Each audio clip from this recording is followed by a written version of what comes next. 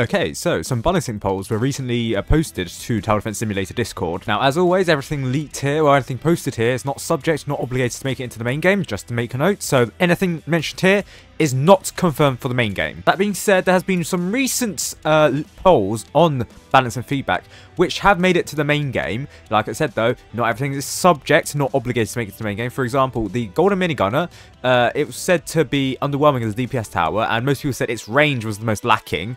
Yet, in the update recently, they actually buffed the range of the Golden Minigunner in compensation for a little bit for its placement limit and costs. That's an example of something that was added to the game, but then here, there's another poll saying add a no modifier to Polluted Wastelands 2. 73% of people said yes, which is even more than most people said that the range of the Golden Minigunner was underwhelming. However, this has not been implemented into the game, nor do I think it will ever be implemented. Furthermore, there was a Polluted Wastelands 2 final wave nerf.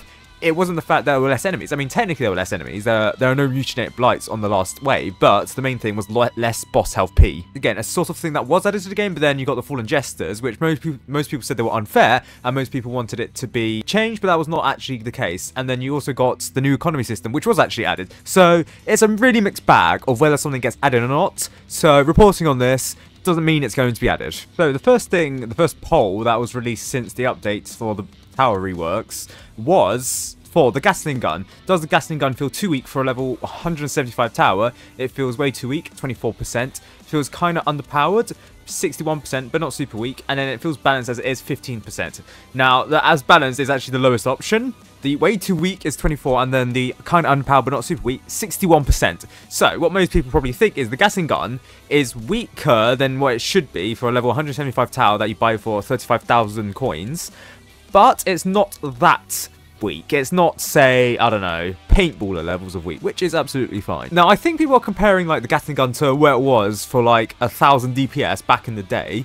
There is, like, small changes that could possibly be made to the Gatling gun that makes it slightly better than it is, to be more balanced, but then not as OP as it was back in the day with 1,000 DPS. I say back in the day as if it wasn't released last year. But some suggestions of what the Gatling gun could change, because as of right now, you barely see anyone using the Gatling gun. I've seen some people use the Gatling gun, but most of the time they're not, because the Gatling gun is a tower where you need to actually like use it yourself, and most people are lazy, let's be real. They're not going to go FPS mode unless it's a significant advantage, which it was the case back in the day when it had 1,000 DPS plus the pierce. That's why it was so good. Now, not so much. So I guess there needs to be more encouragement for its use of FPS mode, even though the fact that it already has infinite range, piercing of 3, yeah. Perhaps like maybe slightly higher damage, but that can really only be done if the developers choose it. Not entirely sure why that's the case. Well, we have to wait for that, but we'll have to see. I think that the Gatling gun should have more damage, but again, we'll have to wait and see for that. Next, should Fallen mode have less enemies that stun/debuff your towers? Yes, 60%, no, 40%. Now, personally, I disagree. I don't think Fallen mode should have less enemies. After all, Fallen mode is meant to be the second hardest mode, other than hardcore mode. Also, bear in mind that Fallen mode is meant to be a ramp up from multi-mode, where multi-mode actually, I think, has some enemies that stun, like the Elite Boomer or something, whereas Fallen mode should have, like, the bells and whistles thrown into it. So I think it should have more enemies that stun/debuff your towers. Now, in the poll, it's 60-40, so that's, like, nearly pretty much even. Like, if you're looking at Brexit voting, that's, like, 52-48. Yeah, pretty even. This is just to clarify, these enemies would still exist if it were to be reworked in Fallen mode. Mainly the idea is to iron out the wave structure in a way that allows towers like the accelerators to shine without having to buff them a billion times. Alternatively, like, have towers that, you know, remove the buff or make stunning less powerful against these towers. AKA, I don't know, the medic. I'm not saying that there should be a tower in the game that, like, makes stuns less effective against some towers, some other towers. Like, I don't know, a firework technician-esque tower.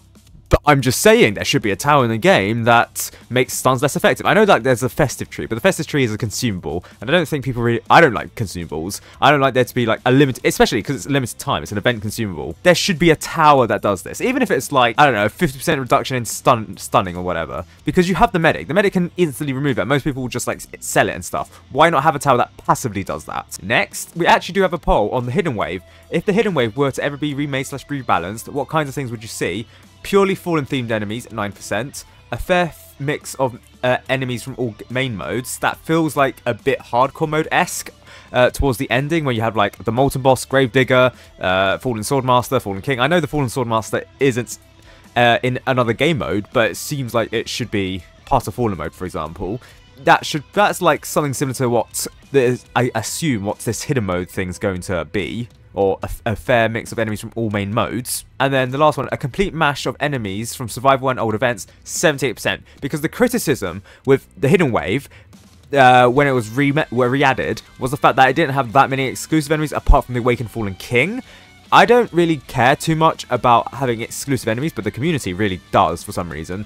Even if it's like really badly made enemies, like the developer enemies, like A, B, and C. Like basically, exclusive enemies to Hidden Wave, even if they're poorly executed. I want to say poorly executed, but just like not as well polished as like Fallen mode enemies or multi-mode enemies. And just to clarify, this is not a confirmation for Hidden Wave rebalance, rework, or otherwise. What is being said is a fun poll, and it just really confirms what the community want. They want a mash of enemies from old survival and old events, which is basically something like Pizza Party, Badlands 2, and the Polluted Wastelands 2 rework, except probably more in the case. Because actually, thinking about it, the original Hidden Wave did have the Jax, which was an enemy from the Halloween 2019 event, and then it also had the Frost Hero, an enemy from the Christmas 2019 event. But then you also got like the Mechanical Rot, which was like a remake of the Jacobot, and people really liked that, even though the Mechanical Rot, let's be real, is not original whatsoever and is like a poorly made version of Jacobot. But people really loved it for some reason. So, you know, developers, if you were to, I don't know, ever remake it or rebalance the Hidden Wave, just go for something like that. Interestingly, some other polls that were made, which towers are in most need of a buff: Medic, not a rework; Militant; Scout/Golden Scout; Shotgunner. Ironically, the Medic did get a rework, but then the Scout/Golden Scout didn't. The Militant didn't, and the Shotgunner didn't. So perhaps these towers are for the next, given the fact that the Medic did, and it's just second, but we'll have to see. Finally, the last poll: which special map do you find yourself playing the most? Polluted Wastelands 2, most played.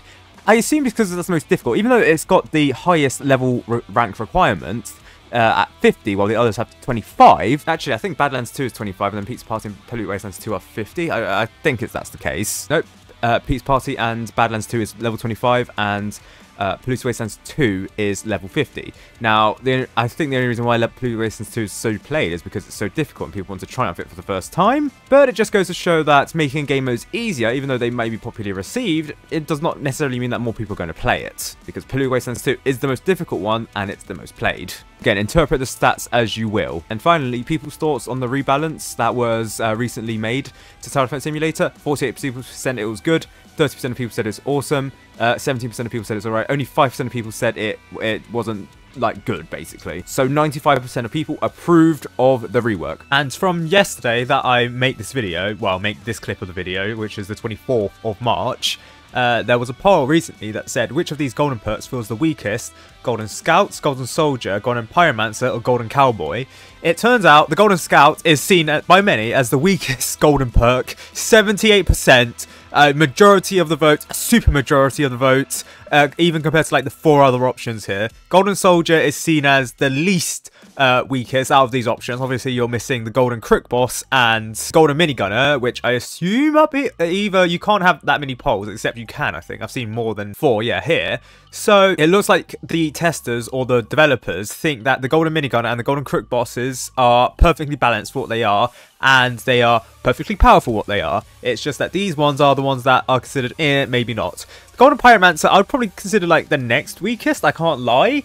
But the Golden Cowboy, 11% of people still think the Golden Cowboy is the weakest. That's just because of its DPS. Its DPS for a tower is not that great, but it's because that it has a side effect, which is economy generation. You can't have very, very good economy generation alongside very, very, very good DPS. Which, I mean, I guess I understand why. But as a result, it feels like the Golden Cowboy feels like it's lacking in DPS quite a bit, especially when you compare it to other golden towers such as the Golden Crook Boss, the Golden Soldier, for example. But that's because the Golden Cowboy is technically a tower that can replace the farm if needs be, and is like a tower that you can use in like solo or duo modes to replace the farm, basically. So yeah, maybe these 11% of people are using it out of what it's meant to be used for, but fair enough. I can understand slightly why 11% of people see the Golden Cowboy as the weakest. The Golden Scout, on the other hand, yeah, seems like the Golden Scout's time is going to come for a rework, given the fact that it was also seen as like a weak tower previously in other polls. Whether that comes in the next update, we'll have to wait and see. In fact, the next update, we don't actually know what's coming in the next update. The Duck Hunt event, or the Easter event, is going to come around Easter time, aka a month's time, because it's near the end of April is when Easter is. So the next update isn't going to be an Easter event. Also, Star Wars has speculated on what the next light goal could be. I'm probably going to save this for another video, given the fact that there could be a plethora of options what the next light goal could be. Furthermore, what the next light goal actually is going to be. I suspect maybe 2 million, or given the fact that we've reached 1.7 million in about 5-6 days, basically. But yes, I think developers are actively exploring what the next light goal reward should be.